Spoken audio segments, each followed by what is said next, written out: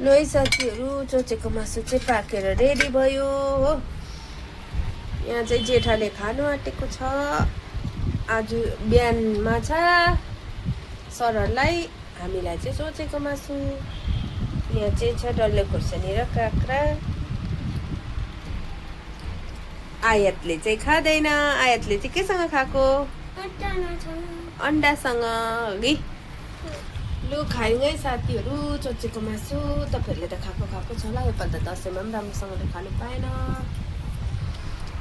रायोको साग र चोचेको मासु कस्तो भएछ?